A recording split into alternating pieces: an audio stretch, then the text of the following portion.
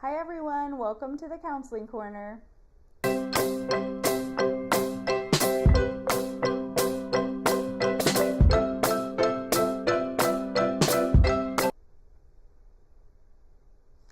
Hey guys, I'm Hannah Holcomb, and today on the Counseling Corner I have my friend and former colleague, Allie Randels, with me. We used to work together, and now we're both in our registered play therapy training. And so we've gotten to spend a lot of time together and gotten to know each other really well. And today we're going to be talking about trauma in children, how it affects children, something we refer to as therapists as the ACEs, which is adverse childhood effects in children. And then I'll share a little bit about my recent experience at the Halo Project training and working with kids from trauma.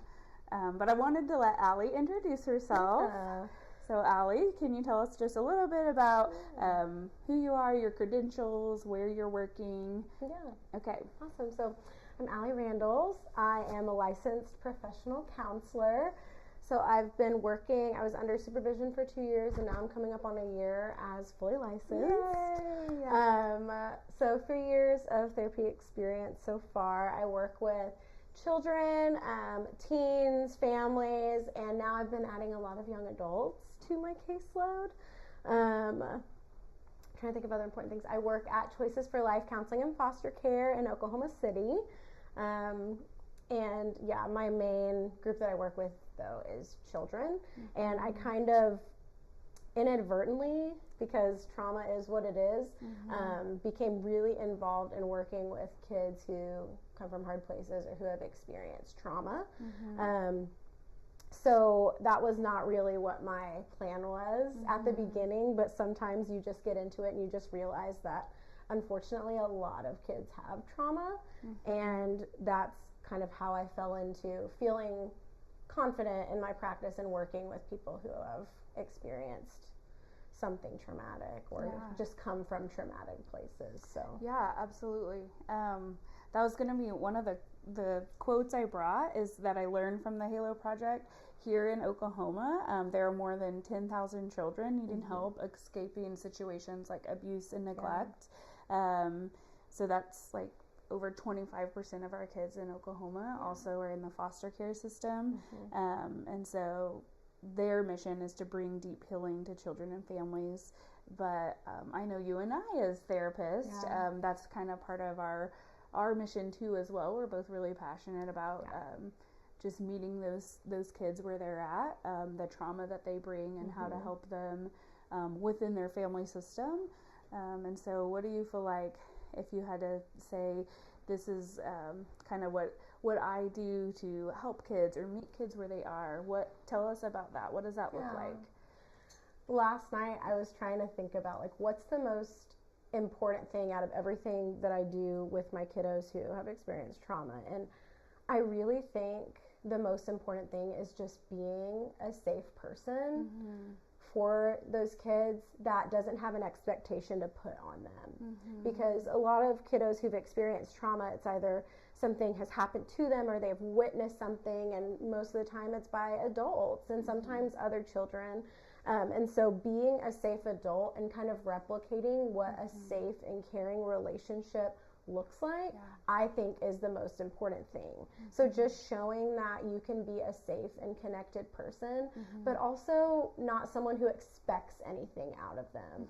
So I was thinking about, like, there's a lot of emphasis on, like, making progress quick, like wanting to make progress, and like, what does progress mean, you know, to a child who's experienced trauma, right? And so really it's less about, like, hey, can I get them to heal? Because, like, I can't do that. Right. But can I help them feel safe and learn how to help themselves feel safe, learn how to get help if they're still needing it. So, like, if they're still in an unsafe situation, helping them create a plan to find safety in those moments. I also think, just like I said, being that safe person means letting them process their trauma at their own pace. Yeah.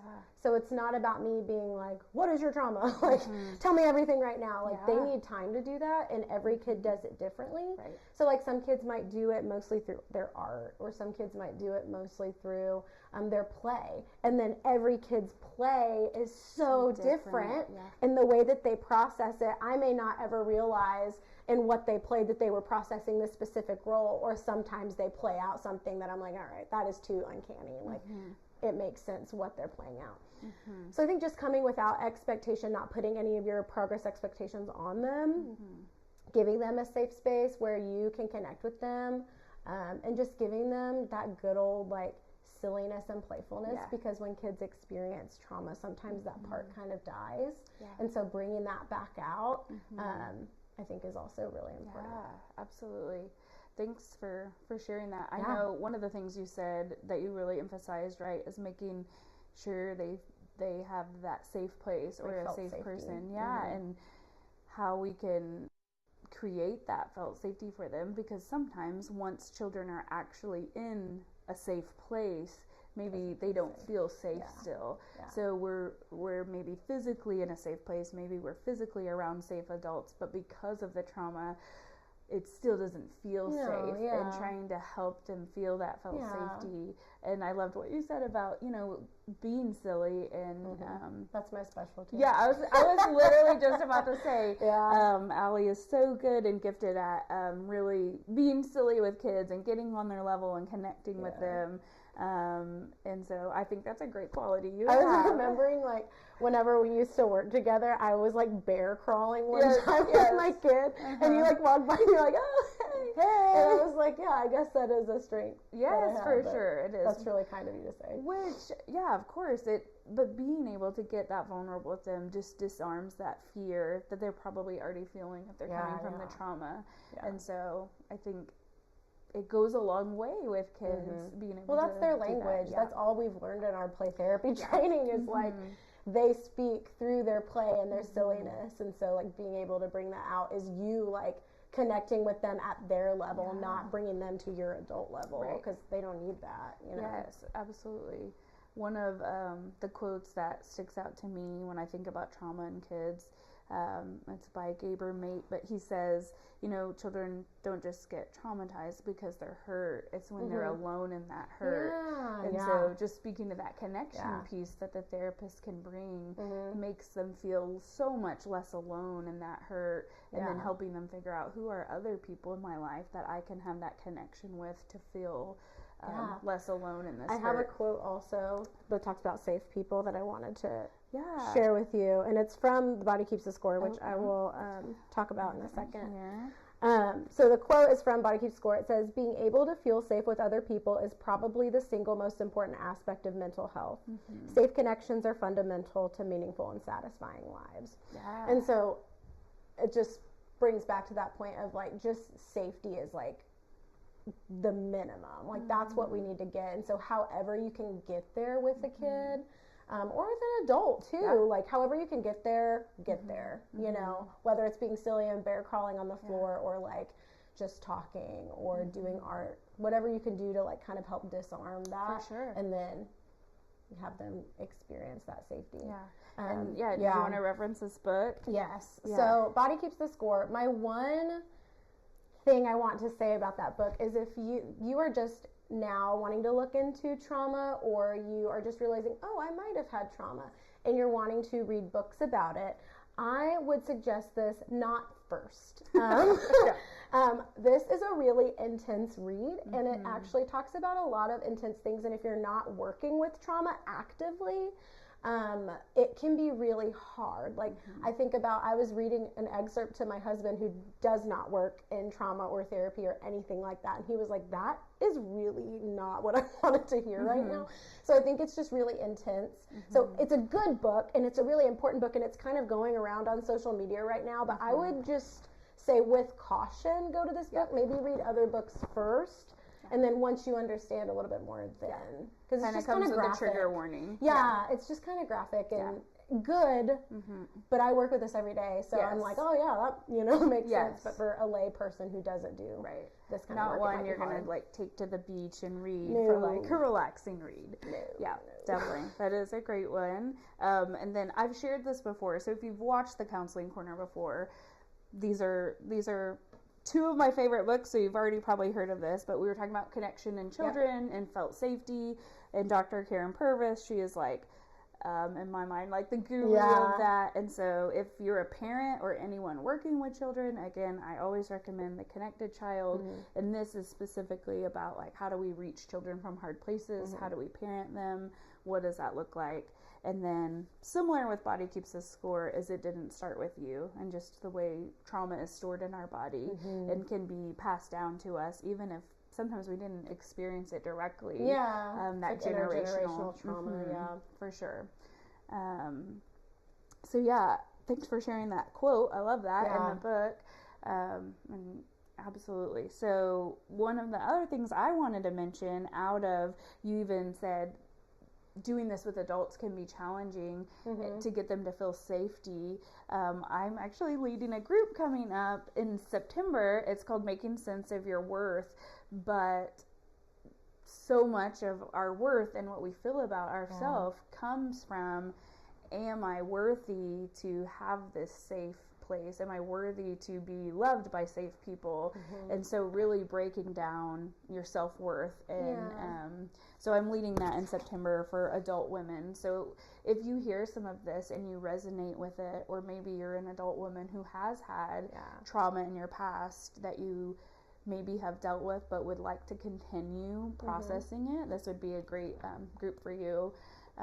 It's really, really valuable. We, as participants, when we were getting trained in it, we had to go through it, which was so powerful. I'm sure it was hard. It was very hard. There was lots of emotions, but such good work to really look at, okay, what are some lies I believe about myself that a lot are rooted in some, trauma or difficult things, and how can we replace those with truth to know that we are worthy and have that like foundation. That's really hard work. Yeah, very hard work. So I love that, we are passionate about meeting kids now where they are and communicating that message that you are worthy of and this. Hopefully if you can do that, that's why I love working with kids, because if you can do that when they're a kid, like imagine what kind of like secure and like hopefully joyful adult they'll be.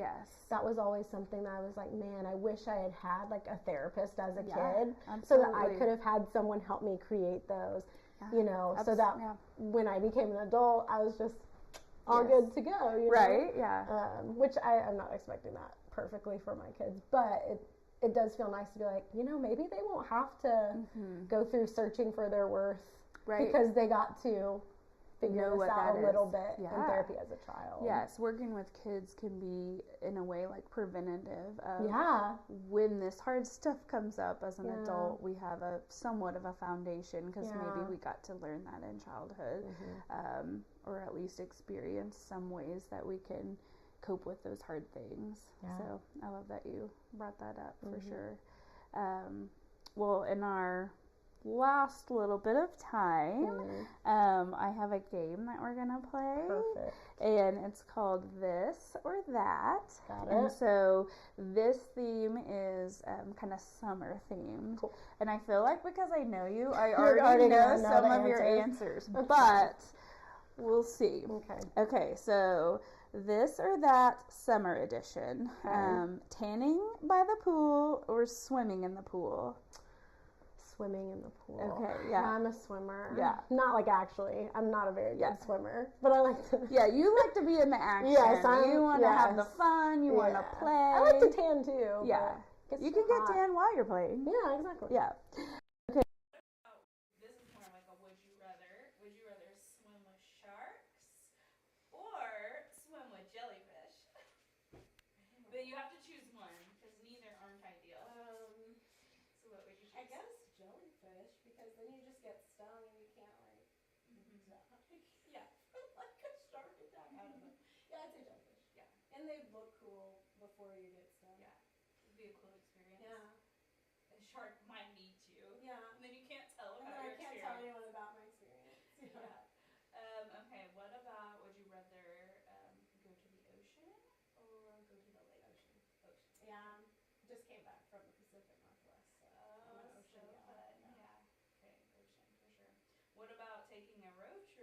taking a flight? I think both are great, but taking a road trip is just a longer way to get to where you want to go. Sometimes it's fun, but I think flying. Okay. I like to go places, so I think sometimes it's hard where Oklahoma is to road trip to where you want to go. Yeah. So I'd say fly. All the close places are just like Oklahoma. Yeah, and Texas. Yeah. Yeah. Okay, I thought though you would say road trip because I feel like you take road trips. I do. A lot. I do actually. Okay. But I don't know. It's hard to get places around Oklahoma. Okay, what about always smelling like sunscreen or always smell like bug spray? Which would I you knew that rather? was gonna be the one. I literally just spent like 2 weeks smelling like both. Honestly, I don't think sunscreen smells that bad. Okay, So let's I smell choose sunscreen. sunscreen. The bug spray just like gets in your nose. It's not Yeah, pleasant. sunscreen's fine. Okay, thanks for answering those. Yeah. That's a little fun game I like to do. Love it. Okay, I wanted to also ask about, you have an Instagram. Yes. Tell us about your Instagram. Yeah. So I have Instagram, Facebook, and TikTok, which like You're so cool. I'm trendy. old, so I like don't forget the TikTok, but my brother told me to do it. Yeah. So yeah, it's called Therapy with Allie. I started it like a few years ago when I became a therapist because I felt like maybe parents or other teens or like people who have access to kids would want to know more about what therapy is like. It has also been a really great advertisement for people to come see me. So yeah, I have my Therapy with Allie page. I try to keep up with it. I try to do things that take in all the therapy knowledge that I know and make it more digestible for people who aren't like just in it all the time. Right. But yeah, I love my Therapy with Allie page. It's been really nice to see people reach out, like people that I also have known for my lifetime, be like, hey, that's really helpful. I'm like, that's the point. Yes. But yeah, Therapy with Allie, TikTok, Instagram, Facebook. Okay. Yeah, I wanted to put that out there because I know you have that, and Works. if someone wants to connect with you after this or find more about how you work with kids, they can find you on there, connect with you. Yep. So before we go, I did want to ask you if you had to give advice or tips for maybe a parent watching this or a teacher or really